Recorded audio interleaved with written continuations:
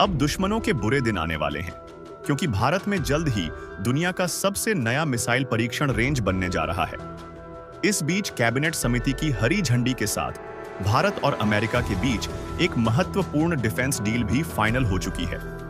लेकिन चौंकाने वाली बात यह है कि भारत के डिफेंस सेक्टर में ऐसे क्रांतिकारी बदलाव हो रहे हैं जिनसे सिर्फ चीन और पाकिस्तान ही नहीं, बल्कि अमेरिका तक चिंतित सवाल उठता है कि आखिर भारत में ऐसा क्या हो रहा है जो दुनिया की बड़ी शक्तियों को भी बेचैन कर रहा है।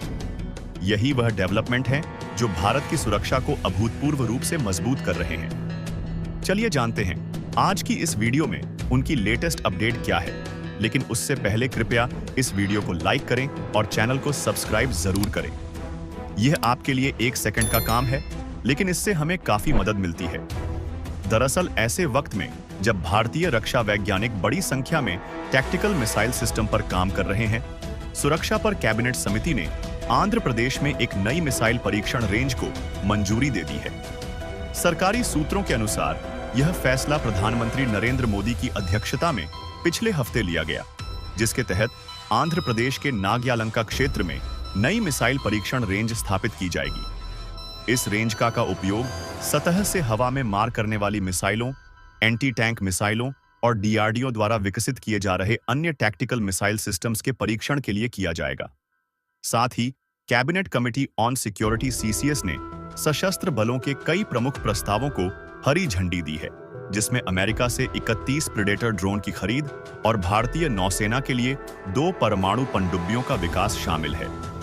इसके अलावा अंतरिक्ष आधारित क्षमताओं और बलों के लिए बुनियादी ढांचे के निर्माण से संबंधित योजनाओं को भी आगे बढ़ाया गया है।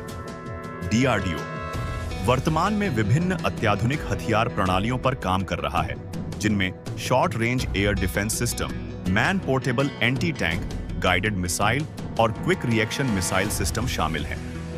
अब सवाल यह उठता है कि आखिर भारत के डिफेंस सेक्टर में ऐसा कौन सा बदलाव हो रहा है जिससे चीन और अमेरिका चिंतित हैं। हाल ही में कैबिनेट समिति की मंजूरी के बाद भारत और अमेरिका के रक्षा अधिकारियों ने नई दिल्ली में 31 MQ-9B प्रेडेटर ड्रोन के लिए $3.3 अरब की डील साइन की है। इन ड्रोन में से 15 ड्रोन भारतीय नौसेना को हेलफायर मिसाइल और GBU-39B प्रेसिजन गाइडेड बमों से लस कर दिए जाएंगे, जिससे नौसेना की ऑपरेशनल क्षमता में इजाफा होगा। यह ड्रोन समुद्री निगरानी, पनडुब्बी रोधी, युद्ध और क्षितिज से परे लक्ष्यों को मारने के लिए डिजाइन किए गए हैं।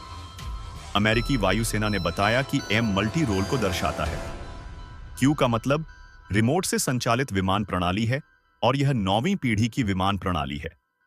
इस डील के साथ भारत में ड्रोन के रखरखाव, मरम्मत और संचालन के लिए सुविधाएं भी स्थापित होंगी, जिससे भारतीय सेना को रिमोट ऑपरेशन और सर्जिकल स्ट्राइक करने की ताकत मिलेगी, जैसे कि पीओके में आतंकी ठिकानों पर हमला या चीन के साथ सीमाओं पर लक्ष्यों को भेदना। इसके अलावा हाल ही में फ्रांस की यात्रा के दौरान राष्ट्रीय सुरक्षा सलाहकार अजीत डोभाल ने फ्रांसीसी नेताओं के साथ रक्षा सहयोग बढ़ाने पर चर्चा की, जिसमें भारतीय नौसेना के लिए 3 अतिरिक्त स्कॉर्पियन पनडुब्बियों का सौदा और राफेल मरीन लड़ाकू जेट के सौदे पर अंतिम चर्चा भी शामिल है।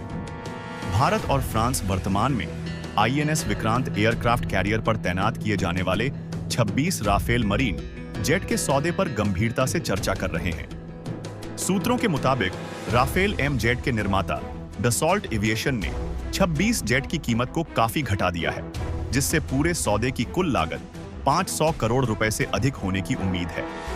इसके अलावा, जैसा कि हमने पहले ही बताया है, PM मोदी की अध्यक्षता में हाल ही में एक नई मिसाइल परीक्षण रेंज की स्थापना को मंजूरी दी गई है।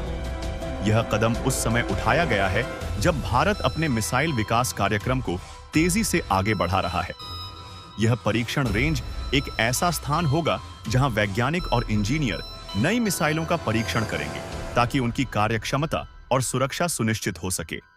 वहीं जब चीनी नौसेना एंटी पायरेसी मिशन की आड़ में हिंद महासागर में अपनी मौजूदगी बढ़ा रही थी, तब भारत ने अपनी जलमग्न युद्ध क्षमता को मजबूत करने के लिए 2 परमाणु ऊर्जा से संचालित हमलावर पनडुब्बियों के निर्माण को मंजूरी दी। इस योजना के तहत सबसे पहले विशाखापत्तनम के शिप बिल्डिंग सेंटर में 6000 टन की 2 बोट्स स्वदेशी रूप से बनाई जाएंगी, जिनमें से प्रत्येक की लागत लगभग 15,000 करोड़ रुपए होगी। मिलिट्री प्लानर्स के अनुसार यह पनडुब्बी 90 पर से अधिक स्वदेशी होगी। इसके अलावा हाल ही में सेना प्रमुख जनरल उपेंद्र द्विवेदी ने 505 आर्मी बेस वर्कशॉप में 90 भीष्म टैंकों के ओवरहॉल की प्रक्रिया में भाग लिया, जो भारतीय सेना के परिवर्तन के दशक का हिस्सा है।